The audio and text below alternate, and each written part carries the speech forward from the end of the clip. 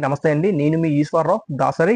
Friends, ITBP నుండి constable driver పోస్టులు అయితే రిలీజ్ చేయడం అయితే జరిగిందండి. దాదాపుగా 545 పోస్టులు అయితే మనకి రిలీజ్ చేయడం జరిగింది. అయితే మనకి ఈ యొక్క 545 పోస్టులకి ఆన్లైన్ స్టార్టింగ్ డేట్ వచ్చేసరికి నెక్స్ట్ మంత్ 8వ తేదీ నుండి స్టార్ట్ అవుతుందండి. నెక్స్ట్ మంత్ అంటే 8 అక్టోబర్ 2024 స్టార్ట్ అవుతుంది.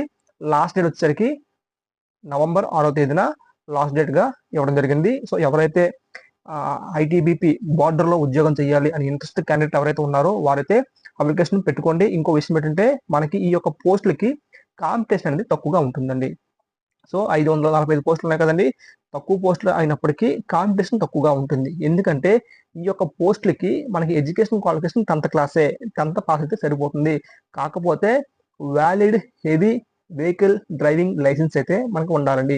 హెవీ లైసెన్స్ అనేది అందరి దగ్గర ఉండదు కదండి. ఎవరైతే డ్రైవింగ్ ఫీల్డ్ ఎంచుకున్నారో వాళ్ళ దగ్గర మాత్రమే హెవీ ఉంటుంది. సో ఎవరి దగ్గర అయితే హెవీ లైసెన్స్ ఉందో మీరైతే మాత్రం ఈ యొక్క ఆపర్చునిటీ మిస్ చేసుకోకండి.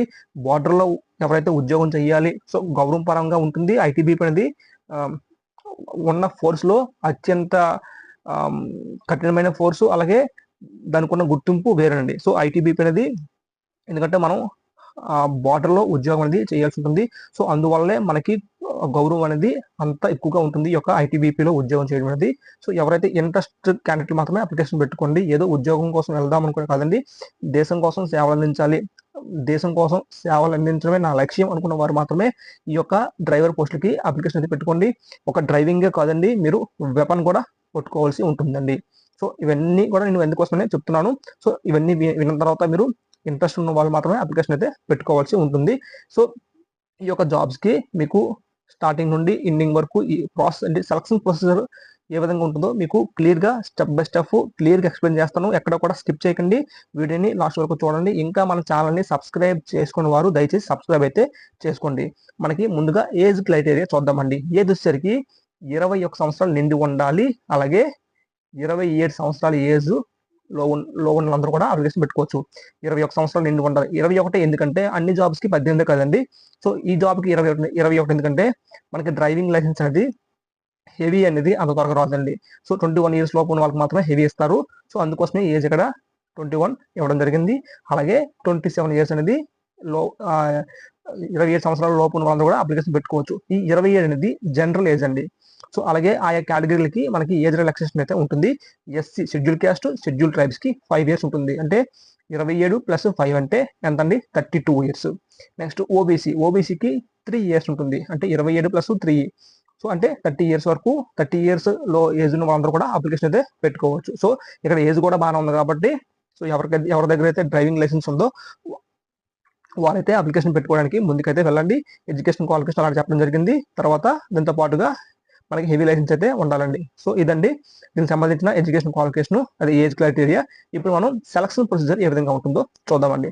సెలక్షన్ ప్రొసీజర్ వచ్చేసరికి మనకి phase 1, phase 2, phase 3, phase 4 మొత్తం మనకి 4 ఫేజ్లో ఈ యొక్క సెలక్షన్ ప్రొసీజర్ అనేది మనకి ఉంటుందండి. మొదటగా phase 1 అంటే ఎవరైతే ఆన్లైన్లో అప్లికేషన్ పెట్టుకున్నారో వారికి phase 1 అడ్మిట్ కార్డ్ రిలీజ్ చేసి phase 1లో మనకి పిఈటి, పిఎస్టి.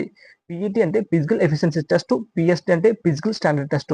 సో మనకి మొదటగా ఇక్కడ పిఈటి, పిఎస్టి ఇచ్చినా సరే మనకి మొదటగా జరిగేది పిఎస్టి అంటే ఫిజికల్ స్టాండర్డ్ టెస్ట్. అంటే హైట్ చూస్తారండి. 170 సెంటీమీటర్స్ హైట్ అనేది ఉండాలండి. ఒక కేటగిరీ షెడ్యూల్ ట్రైబ్స్ మినహాయించి మిగతా అందరికీ కూడా 170 సెంటీమీటర్స్ అనేది హైట్ అయితే ఉండాలి. నెక్స్ట్ షెడ్యూల్ ట్రైబ్స్కి 162.5 సెంటీమీటర్స్ అయితే హైట్ అనేది ఉండాలి. సో ఈ కానిస్టేబుల్ డ్రైవర్ అనేది ఎప్పుడు కూడా మేల్ క్యాండిడేట్స్నే ఫిల్ చేస్తారు. ఫీమేల్ క్యాండిడేట్స్ అయితే ఉండవండి. ఈ పోస్టులు ఓన్లీ మేల్ క్యాండిడేట్ మాత్రమే ఈ యొక్క పోస్టులు అనేది ఎప్పుడు కూడా తీయడం జరుగుతుంది. సో ఈ డ్రైవర్ పోస్టులు అనేది ఫీమేల్ క్యాండిడేట్స్కి రిక్రూట్మెంట్ లేదు. సో ఇక్కడ హైట్ వచ్చేసరికి 170, అలాగే షెడ్యూల్ ట్రైబ్స్కి 162 అండి. సో ఇప్పుడు చెస్ట్ చూద్దామండి. చెస్ట్ వచ్చేసరికి ఎవరైతే షెడ్యూల్ ట్రైబ్స్ ఉన్నారో వాళ్ళకి చెస్ట్లో రిలాక్సేషన్ ఉంటుంది. వాళ్ళు మినహాయించి మిగతా అందరికి కూడా 80 సెంటీమీటర్స్ అయితే నార్మల్ ఉండాలి, అలాగే 5 సెంటీమీటర్స్ బ్రీతింగ్ రావాలి. మొత్తం ఓవరాల్గా 85 అయితే రావాలి. ఎవరైతే షెడ్యూల్ ట్రైబ్స్ ఉందో చెస్ట్లో రిలాక్సేషన్ ఉందన్నకి సో 70 నార్మల్ ఉండాలి, అలాగే 5 సెంటీమీటర్స్ అనేది బ్రీతింగ్ రావాలి. ఓవరాల్గా 81 వస్తే సరిపోతుంది. సో ఇది పిఎస్టీ అండి. పిఎస్టీ అంటే ఫిజికల్ స్టాండర్డ్ టెస్ట్ అండి. సో పిఎస్టీ అయిపోయిన తర్వాత మనకి పిఈటి ఫిజికల్ ఎఫిషియన్సీ టెస్ట్ అండి. మనకి 1.6 km రేస్ అయితే ఉంటుందండి. 1.6 km అంటే 1600 మీటర్లు అండి. మనకి 7 నిమిషాల 30 సెకండ్స్లో ఈ యొక్క రేస్ అనేది పూర్తి చేయాల్సి ఉంటుందండి. నెక్స్ట్ 11 ఫీట్స్ లాంగ్ జంప్ అయితే ఉంటుందండి. 11 ఫీట్స్ లాంగ్ జంప్ వచ్చేసరికి 3 ఛాన్స్లో మనం ఈ యొక్క లాంగ్ జంప్ అనేది క్లియర్ చేయాల్సి ఉంటుంది. నెక్స్ట్ హై జంప్ వచ్చేసరికి 3.5 హై జంప్ వచ్చేసరికి 3.5 ఫీట్స్ హై జంప్ వచ్చేసరికి 3 ఛాన్స్లో మీరు పూర్తి చేయాల్సి ఉంటుంది. మనకి బీఈటీలో మనకి 3 ఈవెంట్లు ఉంటుంది. ఈ 3 ఈవెంట్లని పాస్ అయిన తర్వాత అంటే height, chest, weight. So weight అనేది పెద్ద మ్యాటర్ ఏం కాదులండి. హైట్ తగ్గ వెయిట్ ఉంటుంది. సో పిఎస్టీలో 3 ఉంటాయి, హైట్, చెస్ట్, వెయిట్ ఉంటుంది. సో అయిన తర్వాత పీఈటీలో 3 ఉంటాయండి. 1.6 లాంగ్ జంప్, హై జంప్ ఉంటుంది. సో ఇవి పాస్ అయిన తర్వాత మనకి నెక్స్ట్ స్టేజ్ వచ్చేసరికి phase 2 అండి. మనకి రిటన్ ఎగ్జామినేషన్ అయితే ఉంటుంది. అది ఓఎంఆర్ బేస్డ్ ఎగ్జామినేషన్ అండి. కంప్యూటర్ బేస్డ్ ఎగ్జామినేషన్ ఉండదు, ఓన్లీ ఓఎంఆర్ తోనే ఉంటుంది. మనకి 100 క్వశ్చన్స్ అయితే ఇవ్వడం జరుగుతుంది, 100 మార్కులకి అండి. సో ఇందులోనే మనకి ట్రేడ్ టెస్ట్ కూడా ఆ యొక్క మార్క్స్ అనేది ఇంక్లూడ్ అయి ఉంటాయి. స్కిల్ టెస్ట్ అండి, అంటే మీకు ఎంతవరకు డ్రైవింగ్ వచ్చనేది అక్కడ మీకు స్కిల్ టెస్ట్ నిర్వహించడం జరుగుతుంది. ఆ యొక్క స్కిల్ టెస్ట్ లో మీరు మీ యొక్క స్కిల్ అనేది ప్రూవ్ అనేది చేసుకోవాల్సి ఉంటుంది. సో మ్యాక్సిమం హెవీ వచ్చిన వాళ్ళందరికీ కూడా డ్రైవింగ్ అనేది పెద్ద మ్యాటర్ కాదు. హెవీ లైసెన్స్ వచ్చిందంటే వాళ్ళకి ఆల్రెడీ ఆర్టీఓ స్కిల్ టెస్ట్ అనేది పెట్టడం జరుగుతుంది. స్కిల్ టెస్ట్ లో అక్కడ మనకి ఆర్టీ ఆఫీస్ లో పాస్ అయిన తర్వాత మనకి డ్రైవింగ్ లైసెన్స్ అనేది వస్తుంది కదండి. సో మ్యాక్సిమం హెవీ లైసెన్స్ వాళ్ళందరికీ కూడా డ్రైవింగ్ అనేది పాస్ అవ్వడం పెద్ద మ్యాటర్ ఏమీ కాదండి.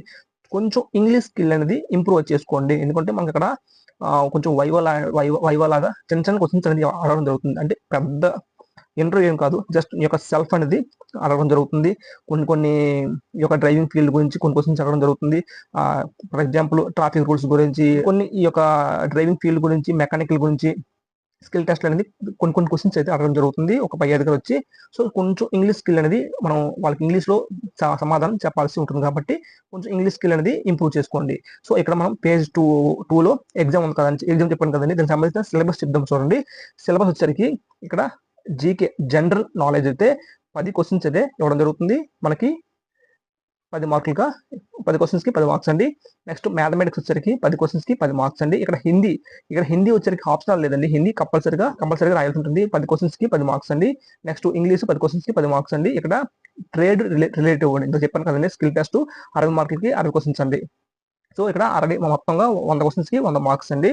సో ఈ ఇన్స్ట్ వచ్చరికి ఎవరైతే phase 2లో క్వాలిఫై అవుతారో, అంటే మనకి ఇక్కడ ఒక పోస్ట్కి 8 మందిని సెలెక్ట్ చేస్తారండి. ప్రెసెంట్ ఎక్కడ కూడా రిక్రూట్మెంట్ ఉన్న ప్రాసెస్లో రూల్ అనేది ఒక పోస్ట్ మనకి 8 మంది సెలెక్ట్ చేస్తారండి. సో ఆ విధంగా నెక్స్ట్ మనకి phase 3లో మెరిట్ లిస్ట్ రిలీజ్ చేస్తారండి. చెప్పాను కదండి ఒక పోస్ట్కి 8 మందిని. సో ఆ విధంగా మనకి మెరిట్ లిస్ట్ తీయడం జరుగుతుంది. సో మనకి phase 2లోనే మనకి ట్రేడ్ టెస్ట్ కూడా, స్కిల్ టెస్ట్ కూడా మనకి కండక్ట్ చేస్తారు. సో ఇవన్నీ కలుపుకొని మనకి phase 3లో మెరిట్ లిస్ట్ అయితే రిలీజ్ చేయడం జరుగుతుంది. సో మెరిట్ లిస్ట్లో వచ్చేసరికి మనకి phase 3లో మెరిట్ లిస్ట్ అండి. నెక్స్ట్ phase 4 వచ్చేసరికి document verification, next DME direct medical examination, next medical examination అండి.